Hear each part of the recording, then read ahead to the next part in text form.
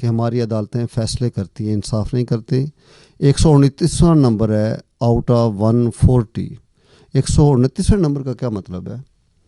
دودھ جو ہے نا وہ اگر 10ویں نمبر پر ہے تو اس کا مطلب ہے کہ وہ اس کے اندر پانی بھی ہے، اس کے اندر دودھ بھی ہے.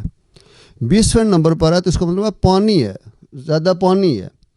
اور اگر 100 نمبر پر دودھ ہے تو اس کا مطلب ہے کہ اس کے اندر گدلا پانی ہے، گندا پانی ہے، اور دودھ بہت کم مقدار میں ہے. اور 120ویں نمبر پر، 125ویں نمبر پر، 130ویں نمبر کا مطلب یہ ہے کہ اس کے اندر ایک قطرہ بھی دودھ کا نہیں ہے. ہمارا نظام انصاف کا 129ویں نمبر پر رینکنگ میں ہونے کا مطلب یہ ہے کہ عدالتوں کے اندر کوئی ایک فیصلہ بھی نہیں ہے جس کو یہ کہا جا سکے کہ وہ انصاف پر مبنی ہے. یہ کہہ سکتے ہیں فیصلے. تو ہم امتیاز حسین ایڈوکیٹ صاحب دیکھتے ہیں کہ جن معاشروں میں عدل و انصاف نہیں ملتا تو پھر جس کے دل پہ گزرتی ہے، جس کا بھائی باپ کوئی پیارا قتل ہو جاتا ہے اس کو انصاف نہیں ملتا، جس کا مال لوٹ لیا جاتا ہے اس کو انصاف نہیں ملتا، تو ان معاشروں میں لوگ پھر قانون کو اپنے ہاتھ میں لے لیتے ہیں اور چوراہوں پہ، گلیوں میں، محلوں میں لوگ بلٹ کے زور پہ، لاٹھی کے زور پہ انصاف لینے کی کوشش کرتے ہیں یا اپنا کلیجہ ٹھنڈا کرنے کی کوشش کرتے ہیں. کیا ہم بھی ایسے ہی جنگل کے قانون کی طرف بڑھ رہے ہیں؟ میں کہتا ہوں یہ تو ہو رہا ہے کہ لوگ قانون کو اپنے ہاتھ میں لے رہے ہیں یا قانون کو کوئی سمجھ نہیں رہے. یہ تو ہو رہا تھا. اس سے بھی خطرناک جو صورتحال پیدا ہو گئی ہے وہ یہ ہے کہ لوگوں کا ریاست سے اعتماد اٹھ گیا، لوگ ملک چھوڑ کر جا رہے ہیں. آپ دیکھ لیں اس ملک کے اندر وہ لوگ جو برسر روزگار ہیں، ایک تو یہ نا بے روزگار شخص چھوڑ کر جا رہا ہے، وہ بھی المیہ ہے. ملک چھوڑ کر کیوں جائے؟ کیا ایسا ہے کہ برطانیہ کے لوگ جو ہے وہ کسی اور ملک میں جاتے ہیں روزگار کے لیے؟ کیسا ہے امریکہ کے لوگ جاتے ہیں؟ کیسا ہے فرانس کے لوگ جاتے ہیں؟ ہمارے لوگ کیوں جاتے ہیں؟ اب یہ المیہ بنا ہے کہ وہ لوگ جو یہاں پر ایک سٹیٹس رکھتے، مقام رکھتے، مرتبہ رکھتے اور اس ملک کے اندر روزگار رکھتے ہیں، جو ہے نا وہ سرکاری ملازم ہیں، وہ یہاں سے سب کچھ بیچ باچ کر جو ہے نا کیا کیا ہے، وہ بیرون ملک چلے گئے ہیں. اور بہت خستہ حال یہاں پر وہ آفیسر ہیں. میں نے خود دیکھا تھاندار ایک جو ہے نا وہ بڑا رسپیکٹیبل جاب ہے. میں نے خود مانچسٹر کے ایک ہوٹل میں دیکھا کہ ایک تھاندار جو ہے نا گیٹ پر وہ دروازہ کھولتا ہے، بند کرتا ہے، چپڑاسی کا کام وہ کر رہا ہے، یہاں سے تھانداری چھوڑ کر چلا گیا. تو میں کہنا چاہتا ہوں کہ یہ ملک، معاشرے، کنبے، قبیلے، خاندان صرف اور صرف عدل کی بنیاد پر قائم رہ سکتے ہیں. آپ دو بھائیوں کو اکٹھا نہیں رکھ سکتے، آپ دو بہنوں کو اکٹھا نہیں رکھ سکتے، میاں بیوی کو اکٹھا نہیں رکھ سکتے، باپ بیٹے، ماں بیٹی کو اکٹھا نہیں رکھ سکتے اگر ان کے درمیان عدل نہیں ہے. عدل ہے جو اکٹھا رکھ سکتا ہے. ملک ایک کھیتی ہے اور عدل اس کا پاسبان کمزور پڑ جائے تو کھیتیاں اجڑ جایا کرتی ہیں. جن معاشروں میں انصاف ہوتا ہوا نظر آتا ہے اور لوگوں کا اپنی عدالتوں پر اعتبار ہوتا ہے، وہ ریاستیں مضبوط ہو جاتی ہیں، وہ آزاد ہو جاتی ہیں. یہاں پہ امتیاز حسین ایڈوکیٹ صاحب اگلا سوال اب یہ بنتا ہے کہ دیکھیے عدالتوں پہ اور منصفوں پہ ہم نے یہ مطلب کومنٹ سنا بھی، پڑھا بھی، دیکھا بھی، لیکن جتنا یہ جو سسٹم آپ کا انصاف کا ہے ہم دیکھتے ہیں کہ اس میں ایگریوڈ پارٹی سے لے کر، پولیس سے لے کر، گواہوں سے لے کر پورا کا پورا معاشرہ جو ہے امپارٹ کرتا ہے. تو یہ جو 129ویں یا 130ویں نمبر پہ ہمارا ملک، یہاں کی عدلیہ آئی ہے، اس کا مطلب ہے ہمارا یہ معاشرہ 129ویں نمبر پہ آیا ہے. 100% آپ نے درست بات کی ہے. یہ اس بات کی غمازی کرتا ہے کہ بحیثیت معاشرہ نہیں، صرف ملک و ریاست نہیں، ہم انسان دنیا میں 129ویں نمبر پر کھڑے ہیں. 129ویں نمبر پر انسان کھڑے ہونے کا کیا مطلب ہے کہ ہم انسانیت کے صف میں شمار ہی نہیں ہوتے. ہم بحیثیت انسان زندگی بغیر نظریے کے ایسے ہی ہے جیسے بنا تیل کے چراغ. 129ویں نمبر کا مطلب یہ ہے کہ ہمارا نہ کوئی نظریہ ہے، نہ کوئی مقصد ہے، نہ ہم انڈیویجول سطح سے لے کر کولیکٹیو سطح تک ہم کسی جگہ پر بھی انصاف پر کھڑے ہیں. اس کا مطلب یہ ہے کہ ہم انفرادی طور پر بھی نہیں ہیں، کولیکٹیو بھی نہیں ہیں. جو ایک ادارہ اس انصاف کے لیے بنایا گیا ہے وہ ادارہ ہے، لیکن جو لوگ بھی اس کی ریکروٹمنٹ کرتے ہیں، جو لوگ بھی اس کی تعیناتی کرتے ہیں، ان کی ترجیح میں ابھی یہ شامل نہیں ہوا کہ اس ادارے نے انصاف کرنا ہے. ان کی ترجیح میں ابھی یہ بات شامل ہے کہ ہمارے ملک کی عدالتوں نے فیصلے کروانے ہیں. جب فیصلے کروانے ہیں تو وہ پھر فیصلے کرنے والے لوگوں کی ریکروٹمنٹ کرتے ہیں. جب یہ فیصلہ ہوگا کہ ملک میں انصاف فراہم کرنا ہے تو پھر انصاف کرنے والے لوگوں کو وہاں پر لگایا جائے گا. ہم انصاف کرنے والے معاشروں، برطانیہ، اسکینڈینیوین کنٹریز، امریکہ، جہاں جہاں پہ نظام انصاف بہت اسٹرانگ ہے، وہاں پہ سنتے ہیں کہ کسی بندے کو کوئی تکلیف ہو جائے تو وہ کہتا ہے آئی ول سی یو ان دا کورٹ. یہاں پہ آزاد کشمیر پاکستان میں محاورہ ہے کہ اللہ کچہری اور ہسپتال کا منہ کسی دشمن کو بھی نہ دکھائے. ایسے ہی ہے؟ ایسا ہی ہے. میں چونکہ پارٹ آف کورٹ ہوں اور 23 سالہ میری وکالت ہو گئی ہے، ڈیپ ڈاؤن میں نے چیزوں کو دیکھا ہے، سمجھا ہے. ایسا ہی ہے کہ اسپتالوں کے اندر مریضوں کے ساتھ محبت کرنے والے ڈاکٹر ختم ہو گئے ہیں. یعنی کیوں لوگ کہتے ہیں کہ اللہ اسپتال سے بچائے؟ ڈاکٹر تو مسیحا ہوتا ہے، ڈاکٹر تو جان بچانے والا ہوتا ہے. ہمارے ہاں تو یہ پتہ چل گیا کہ ڈاکٹر تو پیسے کمانے والا ہے، اس لیے لوگ، ورنہ اسپتالوں میں تو بندہ گھر میں اتنا جو ہے نا وہ نہیں خوش رہ سکتا جتنا بیرون دنیا بندہ اسپتال میں خوش رہتا ہے. کہ وہاں ہر کوئی کیئر کرتا ہے، نرمی سے بات کرتا ہے، محبت سے بات کرتا ہے. یہاں پر تو بہت تلخی سے بات ہوتی ہے. اور یہی صورتحال کچہری تو اس سے بھی جو ہے نا وہ زیادہ دردناک عالمی والی بات ہے. وہاں پر تو ایک انسان جاتے ہوئے خوف محسوس کرتا ہے.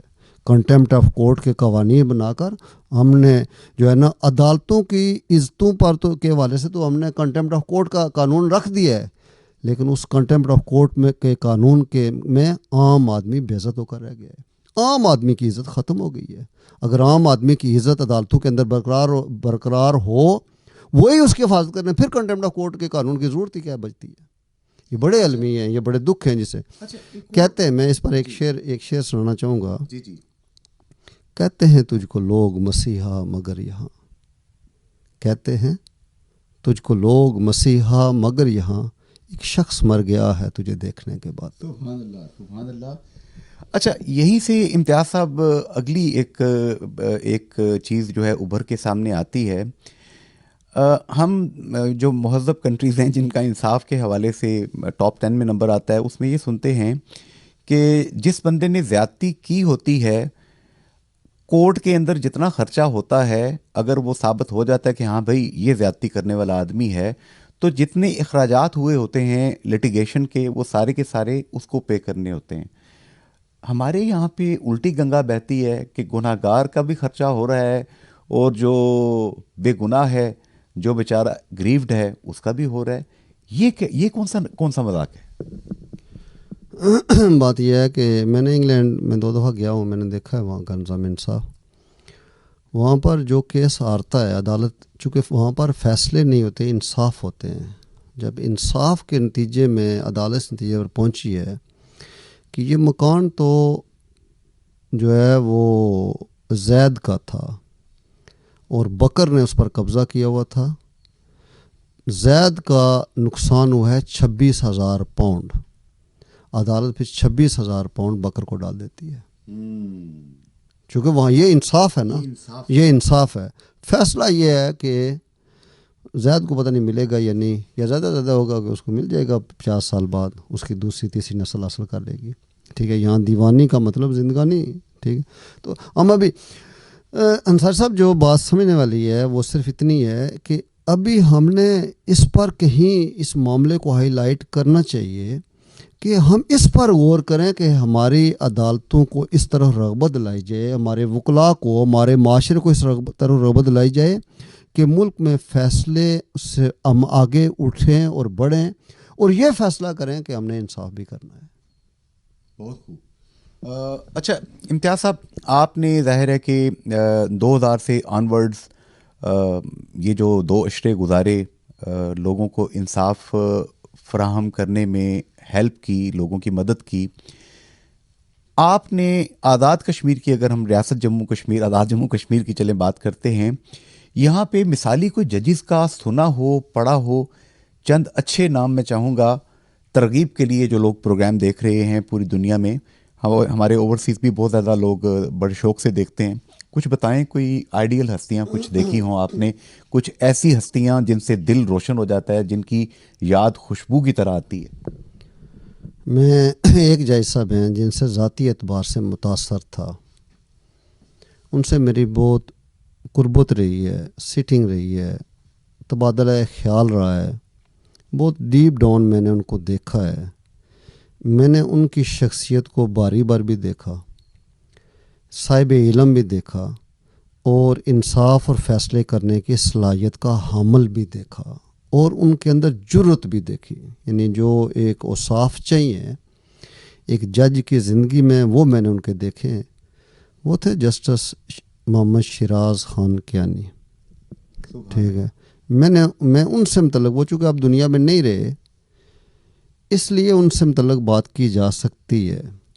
اگر وہ ہوتے تو میں شاید موجود ہوتے تو میں نہ بات کرتا، یا اس منصب پر ہوتے تب بھی میں نہ بات کرتا، لیکن ان سے متعلق میں گواہی دے سکتا ہوں، اور اللہ کرے کہ میری یہ گواہی آخرت میں ان کے لیے ایک شہادت بنے، آمین، کہ ان کے اندر وہ صلاحیت تھی کہ جو فیصلوں سے اوپر اٹھ کر انصاف کرنے کی طاقت، صلاحیت، جرت، ہمت، ویژن اور وزڈم رکھتے تھے۔ البتہ جن بندوں سے متعلق میں نے دیکھا ہے، جب میں میں وکالت میں آیا تو یہاں پر ایک چیف جسٹس تھے سردار سید محمد خان صاحب، وہ پراپر جو ہے نا، وہ ایک جج کا جو ایک منصب یا عمل ہونا چاہیے، وہ اس کے جو ہے نا وہ اس معیار پر پورا اترتے تھے۔ اچھا، یہاں پہ میں یہ جاننا چاہوں گا کہ جس طرح آپ نے فرمایا کہ کنٹیمپٹ آف کورٹ سے لے کر کنٹیمپٹ آف جسٹسز، جوڈیشری، ایسے قوانین ہیں کہ جس پہ ایک عام آدمی، ایک شریف آدمی، ایک غریب آدمی کا سانس رک جاتا ہے کہ یار پتہ نہیں کسی نو گو ایریا میں نے پیر تو نہ رکھ دیا۔ آج کل ریاست بھی ہم دیکھ رہے ہیں، چاہے پاکستان ہے، چاہے آزاد کشمیر ہے، یہاں پر بھی اظہار رائے، فریڈم آف ایکسپریشن کے اوپر قدغن لگایا جا رہا ہے۔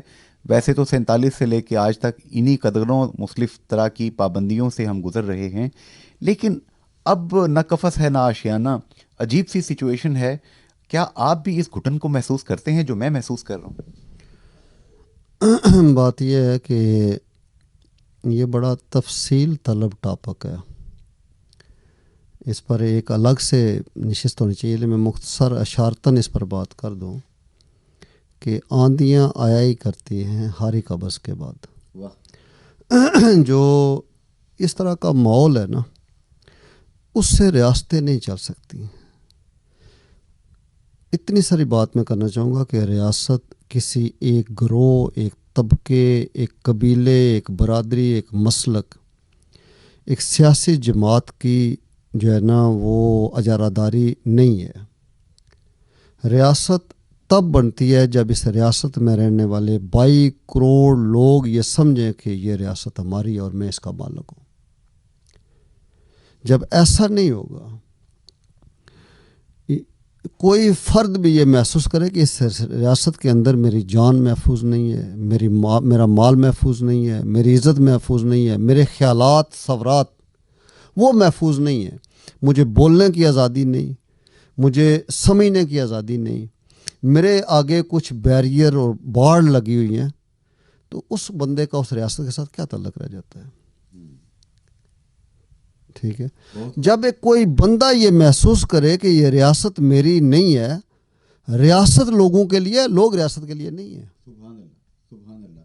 اچھا، اب تھوڑا سا کیٹیگوریکلی میں چلوں گا۔ میرپور آزاد کشمیر سے ہم سٹارٹ کرتے ہیں۔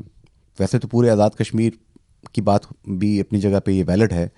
یہاں پہ ناجائز تجاوزات کے خلاف ایک آپریشن شروع ہوا تھا۔ اس وقت چیف جسٹس ابراہیم ضیاء صاحب نے یہ آرڈر جاری کیا تھا کہ ہائی کورٹ کے فیصلے کی روشنی میں جو ناجائز تجاوزات جتنی بھی ہیں ان کو ختم کیا جائے اور شہر کو بحال کیا جائے۔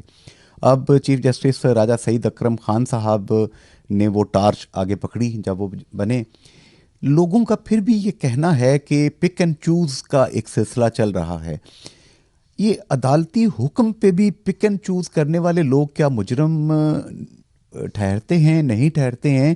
اس کا تعین کون کرتا ہے؟ یہ جو ناجائز تجاوزات کے خلاف آپریشن ہے, یہ آپریشن کوئی عدالتی ذمہ داری تو نہیں تھی, یہ تو ریاست کی ذمہ داری تھی. ایم ڈی اے کا ادارہ اور بلدیہ کا ادارہ ہے اس لیے, لیکن ہوا یہ کہ ایم ڈی اے اور بلدیہ دونوں قومی مجرم ہیں جنہوں نے اس شہر کا حلیہ بگاڑا اور جنہوں نے قبضے کروائے. البتہ میں اس پر یقیناً چیف جسٹس راجہ محمد سعید اکرم خان صاحب اور جو ان کے ساتھی ججز ہیں وہ خراج تحسین کے مستحق ہیں کہ انہوں نے ایک بڑا سارا آپریشن کروایا ہے, اور یہ بڑا مشکل کام ہے. آپریشن تو وہ ان کے حکم سے ہو رہا ہے نا, کر تو نہیں ہو رہے نا جی, جو کر رہے ہیں وہی تو اصل ڈاکو اور چور ہیں. اصل ڈاکو اور چور تو وہی ہیں جن سے کام لیا جا رہا ہے. اب طاقت کے بل بوتے پر, قانون کی طاقت کے بل بوتے پر یہ جو آپریشن کروایا جا رہا ہے, اس کے اندر جو ہے نا یہ مشکل ترین پروسیس ہے, لیکن اس کے باوجود سپریم کورٹ نے اپنی ساری آنکھیں کھول کر رکھی ہوئی ہیں. روزانہ ان کو بلاتے ہیں, روزانہ کی بنیاد پر سرزنش ہوتی ہے, روزانہ کی بنیاد پر ڈائریکشن ہوتی ہے. البتہ میں پر امید ہوں کہ سپریم کورٹ جس ڈیڈیکیشن کے ساتھ, جس بڑی کمٹمنٹ کے ساتھ جو ہے نا اس مسئلے کو لے کر چل رہی ہے, ایک دن آئے گا کہ یہ آپریشن کامیاب ہوگا اور ناجائز تجاوزات کل ختم ہوں گی اور یہ شہر اپنی پرانی ڈگر پر آ جائے گا. کم از کم اس میں اتنا تو ہوا ہے کہ اب نہ صرف یہ کہ وہ تجاوزات ہٹ رہی ہیں, بڑے بڑے لوگوں کی تجاوزات جو ہے نا اٹھائی گئی ہیں. نہ صرف یہ ہوا بلکہ آئندہ اور اگلیاں خوب بنتا پچھلیاں ترین. اب آئندہ تو کوئی جرت جو ہے نا وہ تو نہیں کرے گا. اس پر جو ہے نا وہ میں اپنی سپریم کورٹ کو جس کو خراج تحسین پیش کرنا چاہتا ہوں. یہاں پہ میں چاہوں گا, چونکہ آپ کی بات ایک ویلیو رکھتی ہے, ذمہ داری کے ساتھ آپ بات کرتے ہیں, بڑے آپ منصبوں پہ اللہ تعالیٰ نے آپ کو فائز رکھا. آپ کے توسط سے میں جاننا چاہوں گا, یہ بات آگے پہنچانا بھی چاہوں گا. ابھی 2 روز قبل اولڈ بیکن ہاؤس, یہ جو F2 روڈ ہے, کوٹلی روڈ جسے ڈیفینس روڈ کہتے ہیں, ان کی دیواریں جو ہیں وہ توڑی گئیں اور کہا گیا یہ انکروچمنٹ تھی. بہت اچھی بات ہے. اس کے بالکل نیکسٹ PWD ریسٹ ہاؤس ہے, دیگر وہاں پہ ہاؤسز ہیں, ان کی دیواریں ان سے بھی آگے ہیں, ان کو ٹچ بھی نہیں کیا. تو charity begins at home. Torch پہلے اپنے گھر میں گھمانی چاہیے, اپنے منجی تھلے ڈانگ پہلے نہیں پھیرنی چاہیے. ایسا ہی ہے. کہا گیا, مجھے تو یہ بتایا گیا کہ انہوں نے کہا جی یہاں جا کر مشینری خراب ہو گئی ہے. اچھا, ہاں مشینری وہاں پر خراب ہو گئی ہے. جو آپریشن جو تجاوزات کرانے والے وہ تھے, ان کے پاس مشینیں, ان کے انجن فیل ہو گئے اور یہ ہو گیا.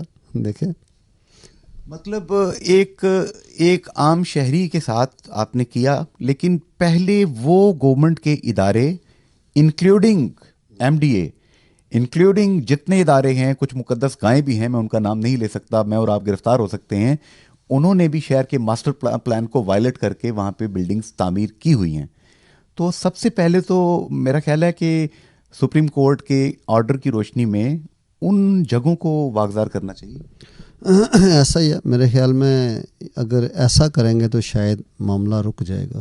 اچھا, میرے نزدیک یہ ہونا تو یہ چاہیے کہ بڑی جگہ سے شروع ہونا چاہیے, لیکن ہمارا ملک, حالات, واقعات, ہمارے اختیارات اجازت نہیں دیتے ہیں. میرے خیال ہے نیچے سے شروع کرنا چاہیے, جہاں جتنا ہو جائے. اچھا, جتنا ہو جائے. ہمارے BBC کی ایک نئی رپورٹ کا میں اکثر ذکر کر رہا ہوں. جو نئی رپورٹ ہے اس کے مطابق برطانیہ میں جو ہمارے کشمیری پاکستانی تارکین وطن ہیں, ان کی تعداد اب 17 لاکھ سے تجاوز کر چکی ہے. 17 لاکھ پلس لوگ ہو چکے ہیں. یہ جو لٹیگیشن ہے, یہ جو MDA کے معاملات ہیں, یہ جو مختلف قسم کے اداروں کے معاملات ہیں, یہ اسٹیریوٹائپ جملہ ہے کہ ان لوگوں نے جینا دو بھر کر دیا, اور وہ لوگ اب خوف نہیں نفرت کرتے ہیں کہ یہاں پہ اپنے وطن میں دوبارہ وہ آئیں. اس چیز کو آپ کیسے دیکھتے ہیں؟ نظام انصاف اگر مناسب طریقے سے ان کو عدل فراہم کر رہا ہوتا تو شاید یہ صورتحال پیدا نہ ہوتی. اس میں بہتری کے کوئی آثار نہیں ہیں. ایک طرف ویلفیئر اسٹیٹ ہے, جہاں وہ رہ رہے ہیں، ایک طرف انسان کی قدر ہے، ان کی اپنے اداروں پر جو ہے نا وہ اعتبار ہے، یقین ہے، اور وہاں وہ خوش اور خرم رہ رہے ہیں۔ دوسری طرف اپنے ملک کے اندر ان کے ساتھ بھائی بہن، باپ سے لے کر بیٹے سے لے کر کزن، چاچے، تائے، پڑوسی سے لے کر ریاست کے سارے ادارے ان سے لوٹنے کا ایک پروگرام بنائے بیٹھے ہیں۔ اس لیے اس فرق کو عبور کیا جانا بہت ناممکن ہے۔ اگر ان کے پاس وہ چوائس نہ ہوتی نا، وہاں پر بھی ہماری طرح ہی لوگ بیٹھے ہوتے، چور ہوتے، تو پھر تو کوئی مسئلہ نہیں تھا۔ وہاں پر تو بہت ایماندار لوگ بیٹھے ہیں، ان کے سامنے تصویر کی دو رخ ہے۔ اب جو وہاں بچہ پیدا ہو رہا ہے وہ ان چوروں کے پاس کیوں آئے گا؟ وہ تو یہ کر رہے ہیں نا کہ اب ان کے جو بندے فوت ہوتے ہیں ان کو دفن وہی کرتے ہیں۔ کبھی تو لاشیں یہاں آتی تھیں، اب میری معلومات کے مطابق یہاں فوت ہونے والے لوگوں کی ڈیڈ باڈیاں بھی وہاں چلی گئی ہیں۔ ٹھیک ہے، لوگ یہاں سے مکان بیچ کر، جائیدادیں بیچ کر وہاں جا رہے ہیں۔ یہ بھی کون سی نسل جا رہی ہے؟ یہ وہ نسل جا رہی ہے جو یہاں پیدا ہوئے ہیں، جو میں اور آپ ہیں وہ ایسا کریں۔ جو وہاں پیدا ہوئے ہیں وہ تو ادھر کا نام بھی نہیں لیں گے، اور اگر ادھر کا نام نہیں لیں گے تو میں آپ کے پروگرام کے توسط سے جو بات کرنا چاہتا ہوں وہ ہم سب کا دکھ ہے نا، چونکہ میں نے تو ادھر رہنا ہے۔ میرے والد صاحب آرمی میں تھے، ٹھیک ہے، وہ وہاں سے ریٹائر ہوئے، میں یہاں ہی پلا بڑا، یہاں پر ہی وکالت کرتا ہوں، میں نے یہیں مرنا ہے۔ میں نے طے کیا، میرے پاس چوائس تھی کہ میں انگلینڈ جاؤں، میرے پاس چوائس تھی کہ میں وہاں رہوں، لیکن میں نے یہ طے کیا نہیں، اپنے ملک میں رہنا ہے۔ اب جب میں نے رہنا ہے تو میرا دکھ ہے نا، وہ جو ہے نا دکھ جو میں شیئر کرنا چاہتا ہوں وہ یہ ہے کہ ہمیں مل کر اس طرح سوچنا ہوگا۔ اگر خدا نہ خواستہ وہ لوگ نہ آئے تو ہمارا گزارا زر مبادلہ کہاں سے آتا ہے؟ مجھے یہ بتائیں، یہاں بننے والی کوئی مسجد، اس کا مینار، یہاں بننے والا کوئی مقبرہ، ممبر، یہاں بننے والی کوئی قبر، یہاں شادی، بیاہ، موت، مرگ، میری آپ کی، یہ جو کپڑے آپ نے پہنے ہوئے یہ کہاں سے آئے؟ یہ جو میں نے شوز پہنے ہیں یہ انگلینڈ کے، یہ جو کوٹ میں نے پہنا ہوا یہ انگلینڈ کا۔ میں آپ کو بتاتا ہوں، یہاں ہماری شادی، بیاہ، موت، مرگ، یہاں ہماری مسجدیں، محراب، ممبر، یہاں ہماری سڑکیں، نلکے، ہر چیز ان لوگوں کی جو ہے نا وہ محبتوں کا نتیجہ ہے۔ ہمارے ملک میں جو پیسے ہیں کوئی نہیں، جو ہیں وہ بھی زر مبادلہ ان کے، اگر وہ ڈسکونیکٹ ہو گئے تو ہم کہاں کھڑے ہو گے؟ اچھا، کہاں کھڑے ہو گے مجھے بتائیں آپ۔ ایک نازک سا سوال ہے، نقل کفر نہ باشد، نقل کر رہا ہوں۔ پبلک میں ایک بات ہے کہ کہتے ہیں جی کہ پہلے زمانے میں لوگ کہا کرتے تھے کوئی مسئلہ پیش آ گیا تو اچھا سا وکیل کر لو، لیکن اب کہتے ہیں وکیل چھوڑو، جج ہی کر لو۔ یہ لوگوں میں یہ کرمنل قسم کی یہ تھاٹ کیوں آئی؟ ان جنرل بات ہے یہ، میں نہیں سمجھتا کہ جو ہے نا یہ بات کوئی 100% درست ہو سکتی ہے، لیکن جب ایک پرسپشن بن جاتی ہے تو ہمیں غور کرنا چاہیے یہ پرسپشن کیوں بنی ہے، کچھ پیچھے کہیں کوئی بیک گراؤنڈ، کہیں تو غلطیاں ہوئی ہیں نا۔ یعنی اگر آپ بات کر رہے ہیں، اگر لوگ بات کر رہے ہیں تو کہیں تو کوئی غلطیاں ہیں، اور اگر واقعتاً یہ غلطی ہے تو پھر اسٹیٹ کہاں کھڑی ہے؟ اسٹیٹ کے 3 پلر ہے، انتظامیہ گورنمنٹ ہے، انتظامیہ ہے اور عدلیہ ہے، 3 پلر ہیں۔ ان میں سے ایک پلر پر اتنا سوال اٹھ گیا، دوسرے پلر پر سوال اٹھ گیا، 3 پلر نہیں رہے، چھت کہاں کھڑی ہے؟ جناب راجہ امتیاز حسین صاحب، یہاں پہ یہ جو آپ بات کر رہے ہیں، ہم دیکھتے ہیں کہ اب جو حکومت ہے اس وقت، آپ نے کہا نا 3 پلرز ہیں، حکومت ہے، مقننہ ہے، عدلیہ ہے، یہ ریاست کے 3 پلر ہیں۔ حکومت میں ہم دیکھ رہے ہیں کہ 2021 کی یہ جو اسمبلی ہماری آزاد جموں کشمیر میں ہے، 2006 کا ایک ہمیں دیکھ رہے ہیں کہ وہی ری میک ہے کہ وہاں پہ 4 وزیر اعظم 4 دفعہ کرسی بدلی، سردار عتیق، سردار یعقوب، راجہ فاروق حیدر اور پھر سردار عتیق۔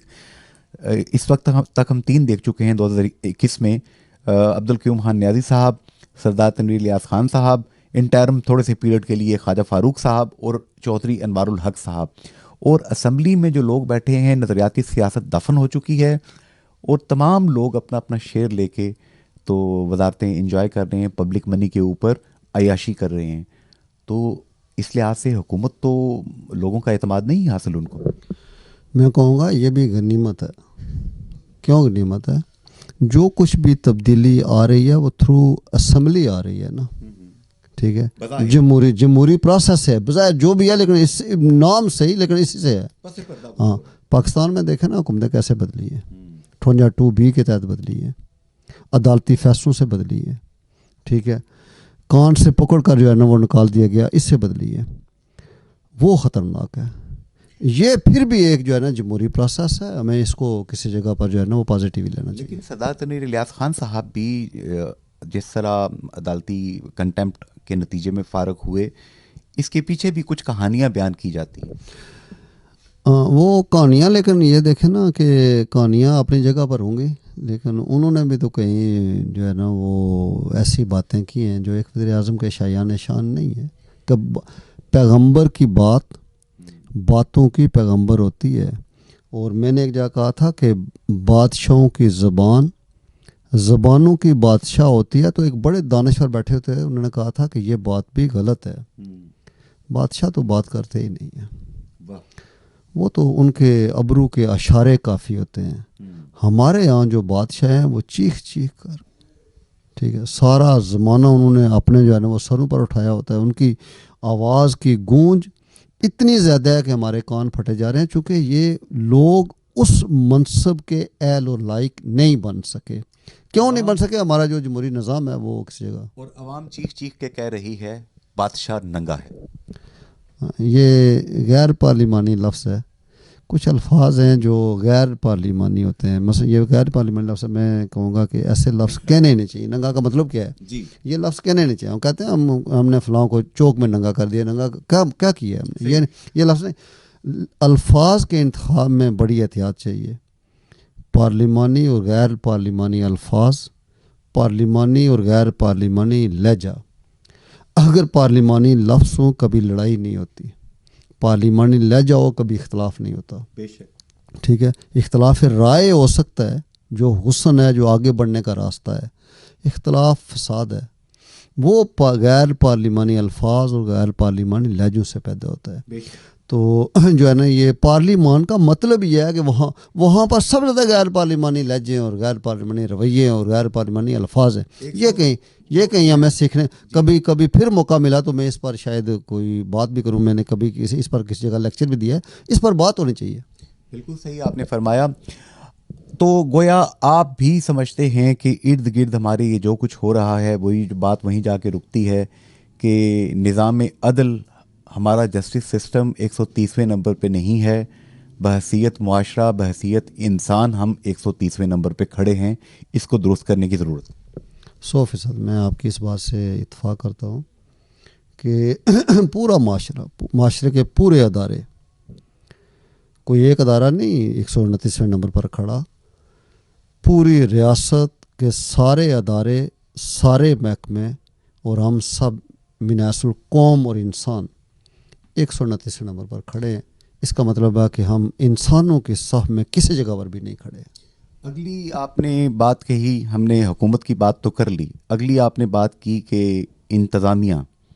تو انتظامیہ کے حوالے سے بھی امتیاز صاحب پبلک کو تھوڑا سا ٹٹول کے دیکھیں.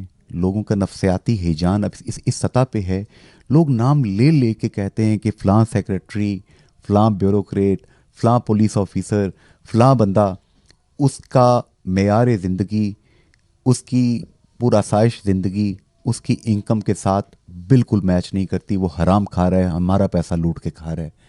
کیا آپ تک بھی یہ باتیں پہنچتی ہیں آپ کے کانوں تک؟ یہ داستان ہے، زبان ہے، عام و خاص ہے. یہ تو ہر شخص کہہ رہا ہے اور ہر شخص کو پتہ ہے کہاں کیا ہو رہا ہے. اب تو میڈیا کا دور ہے، اب سوشل میڈیا کا دور ہے، اب رسائی کا دور ہے. ہر شخص کو پتہ ہے کہاں کیا ہو رہا ہے. اور جب لوگوں کا اپنے بڑا مسئلہ، مجھے بتائیں، جب بیٹوں کا باپ سے اعتماد اٹھ جائے، بیٹے جو اندر سے باپ کی رسپیکٹ کرتے ہیں، باپ جیسا بھی ہو، شکل اس کی جیسی بھی ہو، ٹھیک ہے، اندر سے ایک عزت ہے، وہ عزت نہ رہے وہ گھر کیسے قائم رہ سکتا ہے؟ باپ کا احترام پھر کیسے اٹھایا جا سکتا ہے؟ یہ جو بیوروکریسی ہوتی ہے، یہ جو وزراء ہوتے ہیں، اس طرح کے اداروں پر بیٹھے جو لوگ ہوتے ہیں، ان کو تو بڑا نیٹ اینڈ کلین ہونا چاہیے. ان کو تو رول ماڈل ہونا چاہیے. ان کی حیثیت تو باپ سے بھی کہیں بڑھ کر ہوتی ہے. برطانیہ کے اندر ایک بیٹا باپ کے خلاف شادی دے دیتا ہے, ریاست کے خلاف نہیں جاتا ہے. ٹھیک ہے, اس کی وجہ یہ ہے کہ ان کا ریاست پر اعتماد, ریاست تو کچھ لوگ ہیں نا جو اس کو وہ مقننہ ہے, وہ انتظامیہ ہے, وہ عدلیہ ہے, وہ اور جو ادارے ہیں محکمے ہیں وہ ہیں نا جو اس بڑی کرسی پر جو انجوائے کر رہے ہوتے ہیں, اختیارات کو استعمال کر رہے ہوتے ہیں. اب ان کو تو بڑا جو ہے نا ان میں سے جس پر بھی کوئی عرف آ جائے تو اس پر بہت سختی کے ساتھ جو, لیکن یوں وہ سارے مل کر ایسے کر رہے ہوتے ہیں. وہ کوئی ایک بندہ تو نہیں ہے نا, وہ سارے مل کر رہے ہوتے ہیں, ایک دوسرے کو تحفظ دے رہے ہوتے ہیں. تو اس سے جو ہے نا دیکھیں ریاست کسی جگہ پر پہنچ گئی, یہ خطرناک صورتحال ہے. خطرناک صورتحال ہے. آخری ایک دو باتیں, امتیاز حسین ایڈوکیٹ صاحب, یہاں پہ ہم دیکھ رہے ہیں آج کل ہماری جو کورٹس ہیں, جیسا کہ چیف جسٹس جناب راجہ سعید اکرم خان صاحب کو آپ نے اپریشیٹ کیا کہ وہ کوشش کر رہے ہیں چیزیں کوریکٹ ہوں. ہم نے دیکھا کہ ایم ڈی اے کے اوپر بھی انہوں نے بہت زیادہ اس وقت پریشر ایک رکھا ہوا ہے کہ چیزیں وہ درست کریں.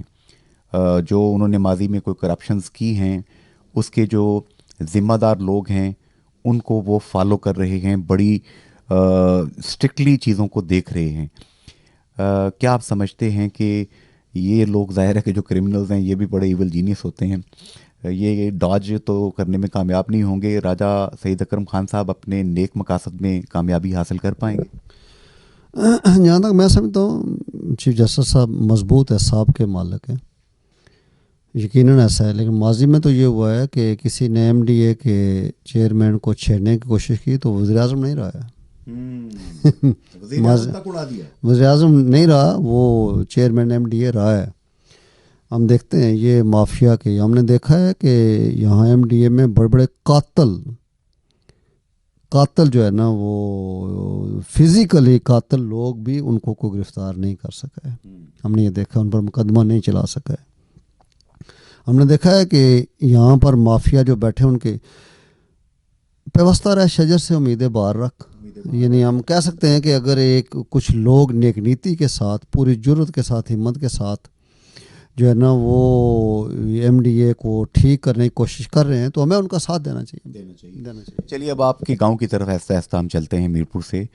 یہ میرپور سے جاتے ہوئے نا چک ریام نام کا ایک علاقہ آتا ہے, وہاں پہ نا کوئی 6-7 ارب روپیہ خرچ کیا جا چکا ہے ایک پل کے اوپر, اور وہ پل گزشتہ 18 سال سے زیر تعمیر ہے. برطانیہ میں بھی جو ہمارے بہن بھائی رہتے ہیں, یہاں پہ بھی جو رہتے ہیں, میرپور, اسلام گڑھ, چکسواری, ڈڈیال, کٹھاڑ تک, وہ سراپا احتجاج ہیں اور لوگوں میں بڑا غم و غصہ ہے. اس حوالے سے کچھ نرم الفاظ آپ کہنا چاہیں گے؟ جب یہ منگلا ڈیم کی توسیع ہو رہی تھی, پاکستان گورنمنٹ نے اس معاہدے میں یہ بات لی تھی کہ یہ جو چک ہریام پل ہے, بیسیکلی اس کا نام میران شاہ گکھڑ پل ہے, وہ جو تختی لگی ہوئی ہے وہ یہ ہے. بلکہ کسی بندے نے ہی مجھے یہ بات بتائی ہے, وہ اس نے بھیجا ہے مجھے کہ یوسف شاہ گیلانی صاحب نے جب اس کا افتتاح کیا تو اس پر لکھا ہوا ہے میران شاہ گکھڑ پل. اور کسی نے کہا کہ چونکہ میران شاہ جو تھے وہ ولی اللہ تھے, جب اس کا نام چینج کر کے ہم نے رٹھا ریام برج رکھا نا تو اس دن سے پھر یہ بنا بھی نہیں ہے. اس میں روحانی جو ہے نا ایک بات کی ہے, آپ نے اس پر کسی جگہ وہ دیکھ لینا ہے کہ واقعی تختی پر یہی لکھا ہوا ہے یا کیا لکھا ہوا ہے. ٹھیک ہے, آپ نے یہ دیکھنا ہے. اور روحانی پہلو بھی جو ہے نا وہ کہیں چیک کر لینا ہے آپ نے. تو یہ گورنمنٹ پاکستان نے آزاد کشمیر کے لوگوں کے ساتھ معاہدے میں یہ معاہدہ کیا تھا کہ یہ منگلا ڈیم کی توسیع ہوگی, اس کے بدلے میں یہ پل ہم آپ کو بنا کر دیں گے, اور دان گلی والا پل واپڈا بنا کر دے گی. یہ 17 سال ہو گئے ہیں, توسیع کھربوں روپے کی ہو گئی ہے, لوگ ڈسپلیس ہو گئے ہیں, اربوں روپے ہر سال اس سے کمایا جا رہا ہے. اور جو ہے نا یہ تھوڑا سا پل باقی ہے, آج دن تک وہ نہیں بن سکا. وہ جو نہیں بن سکا ہے نا, وہ لوگوں کے تو دکھ ہیں. حکومت پاکستان کی وفاداری پر ایک بہت بڑا سوال اٹھ گیا ہے. یہ عام بات نہیں ہے. کہ جو جنریشن یہاں سے جا کر گزرتی ہے دیکھتی ہے وہ کہتی ہے منگلا ڈیم بن گیا ہے، توسیع ہو گئی ہے، کھربوں روپے کے منافع وہ کوئی لے رہا ہے، اتنا سارا پل نہیں بنا رہا ہے، تو وہ جو نہیں بنا رہا ہے وہ جو وعدہ خلافی کر رہا ہے نا، جب میں آپ سے وعدہ خلافی کروں میں کہاں کھڑا ہوں؟ ریاست جب کسی سے وعدہ خلافی کرتی ہے تو لوگوں کا اعتماد ہی اٹھ جاتا ہے، یہ عام بات نہیں ہے۔ اس پر میں پچھلے سال صدر ڈسٹرکٹ بار میر پر تھا، 28 مئی 2022 کو ڈویژن میر پر کے ذمہ دار لوگوں کا، تمام سیاسی جماعتیں، تمام سماجی تنظیمیں، تمام شہری تنظیموں کا اجلاس بلایا۔ ہم نے رٹھوا ریام برج کے حوالے سے ایک تحریک شروع کی، اس تحریک کا میر پر میں جلسہ ہوا، ڈڈیال میں ہوا، کوٹلی میں ہوا، سینسا میں ہوا، چکسواری میں ہوا، اس کو ہم لے کر چلے۔ پھر ہماری جو کمیٹی تھی اس کی میٹنگ ہوئی وزیر اعظم تنویر الیاس صاحب کے ساتھ نومبر میں۔ انہوں نے ہم سے کہا کہ آپ اس تحریک کو سٹاپ کریں، ہم جو فروری مارچ ہے اس تک ہم جو ہے نا اس کو جو ہے وہ کمپلیٹ کی طرف لے جائیں گے، واضح جو ہے نا۔ انہوں نے ہم سے کیا کہ چکسواری میں ہماری ملاقات ہوئی تھی تو انہوں نے یہ طے کیا۔ ہم نے وقت کے حکمران کی بات پر، کیونکہ بنانا تو انہوں نے ہے نا، ہمارے احتجاج کا مقصد بھی یہی ہوتا ہے کہ وہ ذمہ داری سے اس اپنی ذمہ داری کو قبول کریں۔ انہوں نے قبول کیا اور انہوں نے ہم سے کمٹمنٹ کی، اعتبار ہی کر سکتے ہیں۔ ہم نے دیکھا کوئی کام نہیں کیا، اب بھی ہم سے جو ہے نا وزیر اعظم نے کہا جی کہ اس پر کام ہو گیا، سنا ہے کہ اب کسی پائپ لائن کے آخری مراحل میں یہ منصوبہ ہے۔ تحریکیں کبھی ضائع نہیں جاتی، جو ہم نے تحریک چلائی، ہم سے پہلے دوستوں نے تحریک چلائی، اب جو نئی باڈی ہماری ڈسٹرکٹ بار کی یا شہری جو تحریک چلا رہے ہیں اس میں ایک رٹھوا رہے ہیں، برج والا معاملہ بھی ہے۔ اللہ کرے گا کہ یہ اب کسی منطقی انجام تک پہنچے گا، لیکن ریاستوں کو کبھی بھی لوگوں کو دھوکہ دینے والے معاہدے نہیں کرنے چاہیے۔ Chaudhry Muhammad Hanif, doctor C M Hanif sahab آپ کے بھی دوست ہیں، میرے بھی دوست ہیں، وہ اکثر آپ کی پروفیشنلزم، پیشہ ورانہ جو آپ کی مہارت ہے اس کے بارے میں اچھے الفاظ مجھ سے کرتے رہتے ہیں، اور آپ کے اندر ایک جذبہ جو موجزن ہے اپنے لوگوں کے لیے، یہ جو مثالی گاؤں پچوانا ہے، ذرا تھوڑا سا وہ بتائیں کہ کیا کیا ہے، آپ کر کیا رہے ہیں کہ جہاں پہ انسان کو بس ابن آدم سمجھ کے آپ اسے احترام دے بھی رہے ہیں اور اس کو سکھا بھی رہے ہیں، یہ کیا کر رہے ہیں آپ؟ ڈاکٹر سی ایم حنیف صاحب کی آپ نے بات کی، وہ چونکہ اچھے آدمی ہیں، بڑے آدمی ہیں، تو ہم جیسے چھوٹے لوگوں کی وہ تعریف کر دیتے ہیں، یہ ان کا بڑا پن ہے۔ خاصا عرصہ ہوا ان سے کوئی سیٹنگ نہیں ہوئی ہے۔ ہمارے گاؤں میں جنید انصاری صاحب 4 مختلف قبیلے ہیں، مختلف مسلک ہیں، مختلف سیاسی جماعتوں کے لوگ ہیں، جتنے تضادات کسی معاشرے میں ہو سکتے ہیں وہ سارے موجود ہیں۔ شادیاں طلاق والے معاملات بھی ہیں، زمینیں جائیدادیں بھی ہیں، وہاں پر بھی رشتوں کے بھی۔ اس کے باوجود ہم گاؤں کے سارے لوگ ہر مہینے کے پہلے سیٹرڈے ہفتے والے دن بیٹھتے ہیں، خود کھانا پکاتے ہیں، مل کر کھانا کھاتے ہیں۔ سارے گاؤں کے لوگ وہاں جب بیٹھتے ہیں، ڈسکشن کرتے ہیں، ہم جتنا حساب کتاب ہے، کولیکٹیو جو ہمارے پاس فنڈ ہیں، ہم نے یوم اصحاب رکھا ہوا ہے۔ اس روز جس کے پاس جو پیسے ہیں وہ لوگوں کے سامنے رکھتا ہے جی کہ یہ مسجد کے پیسے ہیں، یہ کھانے کے پیسے ہیں، یہ موت مرگ کے پیسے ہیں، یہ فلاں مد میں پیسے ہیں۔ یہ اگر یہ نظام ہر گاؤں میں، محلے میں، گھر میں ہو جائے تو لوگوں کا اعتبار قائم ہو جاتا ہے، اسٹیٹ میں ہو جاتا ہے، لوگوں کا ریاست پر اعتبار قائم ہو جاتا ہے۔ اس کے بعد یہ ہے کہ لوگ ہیں، میں نے بتایا کہ اتنے بڑے تضادات موجود ہیں۔ آپ کھڑے ہوتے ہیں، کہتے ہیں کہ آپ میں سے زندگی بھر جس شخص نے بھی مجھ سے کوئی زیادتی کی ہے، مجھے نقصان پہنچایا ہے، آپ اور اللہ گواہ ہیں میں نے اس کو معاف کر دیا۔ سبحان اللہ، سبحان اللہ۔ ٹھیک ہے، میں کہتا ہوں، پھر سارے بندے کھڑے ہو کر یہ کہتے ہیں کہ ہم سب نے کیا کیا، معاف کر دیا۔ ایک پھر میں کھڑا ہو کر کہتا ہوں جی کہ میں اتنی میری عمر ہو گئی ہے، یہاں پلا بڑا ہوں، انسان ہوں، آپ سے غلطیاں ہو سکتی ہیں، مجھ سے بھی ہو سکتی ہیں۔ مجھ سے زندگی بھر جس کے ساتھ کوئی زیادتی ہوئی ہے، مجھ سے غلطی ہوئی ہے، خطا ہوئی ہے، میں آپ سے معافی مانگتا ہوں۔ اور کیا کرتے ہیں سارے لوگ ہاتھ کھڑا کر کہتے ہیں کہ ہم سب نے تمہیں معاف کر دیا ہے۔ پھر سارے لوگ 1 by 1 کولیکٹیولی معافی مانگتے ہیں اور سارے لوگ ایک دوسرے کو معاف کر دیتے ہیں. یہ منظر دیدنی بھی ہے. اور انسانوں کے اعتبار سے 7 ارب 80 کروڑ جو انسان ہیں ان میں سے صرف واحد یہ بستی ہے جہاں پر ایسا ہو رہا ہے. ماشاءاللہ ماشاءاللہ. باقی دنیا میں کہیں ایسا نہیں.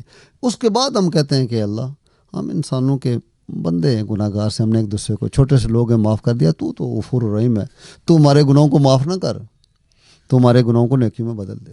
اور ہمیں پورا یقین ہے, ہمیں اپنے اللہ سے یقین, امید نہیں ہے, یقین ہے کہ ہم جب انسان سے چھوٹی سی بات کرتے ہیں وہ تو بڑا ٹھیک ہے. یہ کہتے ہمارے گاؤں میں ایک لائبریری ہے, اوپن برآمدے میں لائبریری ہے, اس سے بڑی ہے, ہر طرح کی کتاب وہاں پر موجود ہے, کوئی تالا نہیں ہے, برآمدہ ہے, ہر بندے کے سیس ہے, جو مرضی وہاں پرانے سے بینچ پڑے ہوئے بیٹھ کر کتاب پڑھے, گھر لے جائے, کوئی دیکھنے والا نہیں, کوئی روکنے والا نہیں, پڑھے لے جائے واپس کر دے نہ کرے, کوئی رجسٹر نہیں, کوئی چیک کرنے والا. ایک دوسری الماری بنی ہوئی ہے جہاں پر جو ہے نا وہ کیا ہے کہ کھانے پینے کی چیزیں, کپڑے, جوتے, وہ لوگ آتے ہیں رکھتے رہتے ہیں, لوگ لے جائے, کون لے جائے, کتنا لے جائے, کوئی نہ پوچھنے والا نہ دیکھنے والا.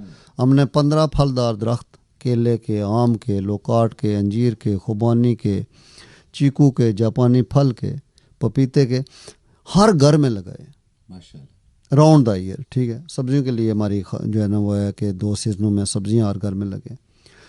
ٹھیک ہے, ہم نے تمام گاؤں کی عورتوں کو بلایا, ان کو بڑے مہذب انداز سے بٹھایا, کرسیوں پر بٹھایا, ان کے سامنے ہم مردوں نے پیاز کاٹے, ٹماٹر جو ہے نا وہ کاٹے, ہم نے تھوم چھیلا, ہم نے آٹے گوندے, ہم نے جو ہے نا وہ انڈیاں بنائی.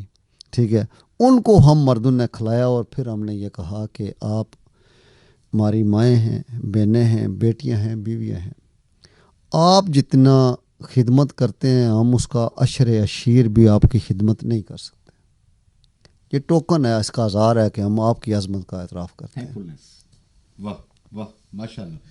اچھا ہم نے یہ کیا, تمام گاؤں کے جتنے بچے ہیں بلا تخصیص, وہ امیر کا بچہ ہے یا غریب کا بچہ ہے, اس کو گیندیں, والی بال, فٹ بال, بیٹ, یہ لوڈو, یہ جو ہے نا یہ والی بال کھیلنے والے نیٹ, کھیلوں کے سارے سامان سب بچوں میں تقسیم کر دیے ماشاءاللہ ماشاءاللہ, تاکہ بچے کھیلیں.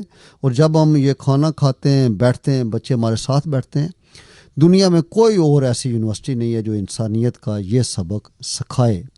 ہمارے پیش نظر یہ ہے کہ علم جو ہے کا سبق یہ ہے کہ علم بیک وقت فرد, معاشرے اور ملک کو ایک خاص سمت عطا کرتا ہے.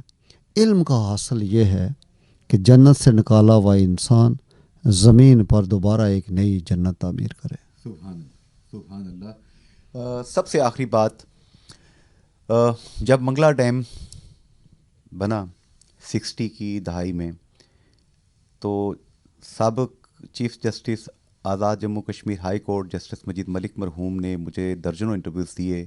اس میں وہ ذکر کرتے تھے جنرل ایوب خان صاحب کے اس وعدے کا جو انہوں نے کیا تھا اہل علاقہ کے ساتھ, اہل میرپور, چکسواری, اسلام گڑھ, ڈڈیال کے ساتھ, کہ آپ کو بجلی مفت دی جائے گی. اور جسٹس ملک صاحب مرحوم کہا کرتے تھے کہ بعد میں جب ہم بات کرتے تو پاکستان کے ذمہ داران کہتے تھے جنرل ایوب صاحب وفات پا گئے ہیں, تو اب انہی سے جا کے حساب کیجیے گا. پھر ریزنگ ہوئی, ریزنگ کے بعد بھی کچھ معاہدے ہوئے. سردار سکندر حیات خان مرحوم وزیر اعظم تھے, انہوں نے ایک معاہدہ کیا, تو وہ معاہدے بھی پورے نہیں ہوئے.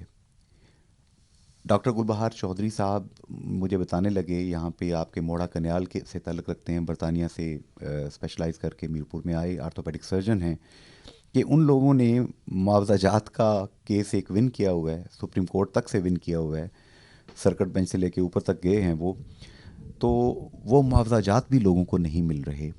یہ وعدہ خلافیاں جس پہ اب تحریک کامران طارق ایڈوکیٹ صاحب, صدر ڈسٹرکٹ بار میرپور, اور تمام لوگوں نے چلائی. انوار الحق صاحب نے ان کو پھر کچی اکھیں بلایا, انہوں نے جا کے 40 دن کا ان کو گریس پیریڈ دے دیا. لوگوں کی طرح میں نے بھی کہا ارے بھائی اتنا ٹائم دینے کی کیا ضرورت تھی, اور انہوں نے اس تحریک کو ڈیفیوز کرنے کی ایک کامیاب ٹیکٹیکل چال چل دی. کیا تحریک ڈیفیوز ہو چکی ہے یہ والی؟ تحریک چونکہ جو جینین ہوتی ہے وہ ڈیفیوز تو نہیں ہوتی. کوئی چالیں اس میٹنگ میں بھی تھا, میری بھی بات ہوئی تھی پرائم منسٹر صاحب سے, ایسا ہی ہے. تو انہوں نے ٹائم مانگا تھا 45 ڈیز, ہم نے ان کو دیا. بس ایک پرائم منسٹر ہے وہ کہتا ہے میں 45 ڈیز میں یہ چیزیں پائپ لائن پر ہیں میں کر دوں گا, تو ہم نے اس کو دے دیا, اعتبار کیا. دیکھیں اعتبار کرنا بھی چاہیے, وہ یہ تو نہیں ہے وزیر اعظم کسی اور علاقے کا ہے, یہ آزاد کشمیر کا وزیر اعظم ہے نا. کیا خیالات ہیں؟ وہ نہیں کر پائے, ٹھیک ہے. انہوں نے ہمارے اعتبار کو نہیں توڑا ہے, انہوں نے آزاد کشمیر کے عوام کے اعتبار کو توڑا ہے. انوار الحق صاحب نہیں کر پائے, ٹھیک ہے. انہوں نے کہا تھا جب تک اشرافیہ بل نہیں دے گی, میں لوگوں سے بل, اشرافیہ نے بل دینا شروع کیے, نہیں دینا شروع. وہ بندہ جو 10 لاکھ روپے تنخواہ دیتا ہے وہ تو بل نہیں دیتا. جو بندہ 10,000 روپے تنخواہ لیتا ہے اور جو بالکل تنخواہ لیتا ہی نہیں ہے وہ بل دیتا ہے, تو یہ تو نہیں. یہاں پہ بتائیں کہ محکمہ برقیات کے لوگ, ارے یار میٹر ریڈر سے لے کے جتنے اوپر تک بیٹھے ہیں, ان کو کس قانون کے تحت آپ بجلی مفت استعمال کرنے, اپنے رشتہ داروں کو سپلائی کرنے کی اجازت دے رہے ہیں؟ دنیا میں کہیں ہوتا ہے راجہ صاحب ایسے؟ میں کہتا ہوں کہ کوئی قانون نہیں ہے. یہ کہہ سکتے ہیں کہ ایک محکمے کا میٹر ریڈر سے لے کر ایس ڈی او تک, ایس ڈی او سے لے کر ایکسین تک, ایکسین سے لے کر ایس سی تک, ایس سی سے لے کر یہاں بیٹھا ہوا چیف انجینئر سے بیٹھے ہوئے سیکٹری جو ہے نا برقیات تک, سارے چور ہیں اور چور مچائے شور ہیں. وہ لوگوں کو کہتے ہیں کہ یہ بل نہیں دیتے, یہ چور ہیں. ایک چور کہہ رہا ہے, اختیارات استعمال کر کے چور کہہ رہا ہے کہ فلاں جو 1 مہینے کا بل نہیں دیتا وہ چور ہے, جو ساری زندگی بل نہیں دیتا وہ شور مچا رہا ہے. یہ بڑا عجیب المی ہے. اور یہاں تک مشہور ہے کہ جو بھی وزیر برقیات رہے ہیں, ماضی کی بات کر رہا ہوں, ان جنرل کہ حصہ بقدر جسا, جو چوری ہوتی ہے, جو لائن لاسز ہوتے ہیں, جو لوگوں سے انڈر ہینڈ لیا جاتا ہے, وہ اوپر تک جاتا ہے. مشہور ہے یہ بات. مشہور ہے. مشہور تو یہ ہے کہ ٹرانسفارمر بھیج دیتے ہیں. یہ کبھی انکوائری ہوں تو پتہ چلے کہ یہ کیا کیا ظلم ہوتے ہیں. یہ تاریں بھیج دیتے ہیں, یہ سارے اس کے جو پرزہ جات ہیں وہ بھیج دیتے ہیں. مشہور تو یا زبان زد و خاص و عام کیا ہے, وہ تو ہم چونکہ ہم ایک وکیل جو ہے نا, ایک دائی اور دائی سے پیش اور وکیل سے لوگوں کی باتیں نہیں چھپ سکتی. تو اب انوار الحق صاحب کی حکومت کے خلاف جو ایجیٹیشن ہے, آپ اس کا حصہ تھے پہلے بھی, اب بھی آپ حصہ ہیں. آپ لوگوں کی تحریک جاری ہے لوگوں کے جائز حقوق کے حصول کے لیے. عوام کا جہاں بھی کوئی دکھ درد ہے ہم اس کا حصہ ہیں. کوئی ایسا زخم نہیں ہے جس میں ہم نے مرہم نہ رکھا ہو, ٹھیک ہے. ہاں, کوئی ایسے, میں ان 23 سالوں میں میں بہت بچہ تھا تو مجھے یاد ہے کہ میں اپنے گاؤں سے لے کر جہاں کہیں بھی کوئی المی اور دکھ ہے, ہم نے اس دکھ پر مرہم رکھنے کی کوشش کی ہے. تحریک کا کل بھی ایسا تھے, آج بھی ایسا ہے. اور جو تحریک بھی جس طرح سے بھی ہم سے جو ہے نا وہ ڈیمانڈ کرے گی, ہم وہ ڈیمانڈ پوری کریں گے. عوام کی آنکھوں میں خون آتا ہے جب دیکھتے ہیں کہ ان کو آٹا نہیں مل رہا سستے داموں, ان کو روزگار نہیں مل رہا ان کے بچوں کو. لوگ دیکھتے ہیں کہ ان کو بنیادی ضروریات سہولیات نہیں مل رہی ہیں, ایجوکیشن ہیلتھ کی سہولیات نہیں مل رہی ہیں, اور 36 سے بڑھ کے اب 40 کے قریب فلیگ ہولڈرز ہیں, بڑی بڑی گاڑیاں لے کے پھر رہے ہیں, پیٹرول ان کا فری ہے, بجلی ان کی فری ہے, ان کو مکان کے کرایوں کی مد میں 50,000 کا مزید ایک انکریمنٹ لگا ہے پچھلے دنوں. لوگوں کی آنکھوں میں اب خون اتر آتا ہے. کیا پبلک درست ہے یا یہ حکمران درست؟ حکمرانوں کے پاس صرف یہ بات رہ گئی ہے کہ جو لوٹنا ہے وہ لوٹ لیا جائے, جو ملتا ہے وہ لے لیا جائے. یعنی جو مرات ہمیں ملیں وہ ہمیں ملے, ہم مر جائیں تو ہمارے جو بیویاں ہیں ان کو ملے. یہ اس چکر میں ایک دفعہ اسمبلی اجلاس میں جو ہے نا وہ گیا, بجٹ اجلاس تھا, 8 اجلاس میں نے مسلسل اٹینڈ کیے, 8 سیشن میں شریک ہوا. تو ایک وزیر صاحب میرے دوست تھے, 8 اجلاسوں کے بعد میں نے ان سے کہا کہ یہاں 8 اجلاسوں کے اندر آپ کی ان 4 دنوں کی سیٹنگ کے اندر وہ وزیر اعظم کے, وہ صدر کے, وہ اسپیکر کے, وہ وزراء کے اور ایم ایل ایز کے ساتھ جو 4 دن مجھے بیٹھنے کا موقع ملا ہے, جو گفتگو میں نے سنی ہے، ملک کا جو حال ہے وہ وہی ہونا چاہیے جو آپ لوگ. ہر شاخ پہ الو بیٹھا ہے، انجام گلستاں کیا ہوگا. پورا شعر شاید ایسے تھا کہ اب یہ راز راز نہیں، سب اہل گلشن جان گئے. ہر شاخ پہ الو بیٹھا ہے، انجام گلستاں کیا ہوگا. امتیاز حسین ایڈوکیٹ صاحب سے کھل کے بات کرنے میں ہمیشہ لطف آتا ہے، سیکھنے کا موقع ملتا ہے. جتنی باتیں انہوں نے کہی ہیں میرے اور آپ کے سیکھنے کے لیے ہیں. کوئی کوسچن، کوائری، کمپلیمنٹ ہے، بھیجیے. یوٹیوب، فیس بک، سوشل میڈیا کے ذریعے یہ پروگرام آپ تک پہنچ رہا ہے. ہم دوبارہ ان سے وقت لے کے حاضر ہوں گے. آئیے اپنے اپنے حصے کا چراغ جلانے کا بندوبست کریں.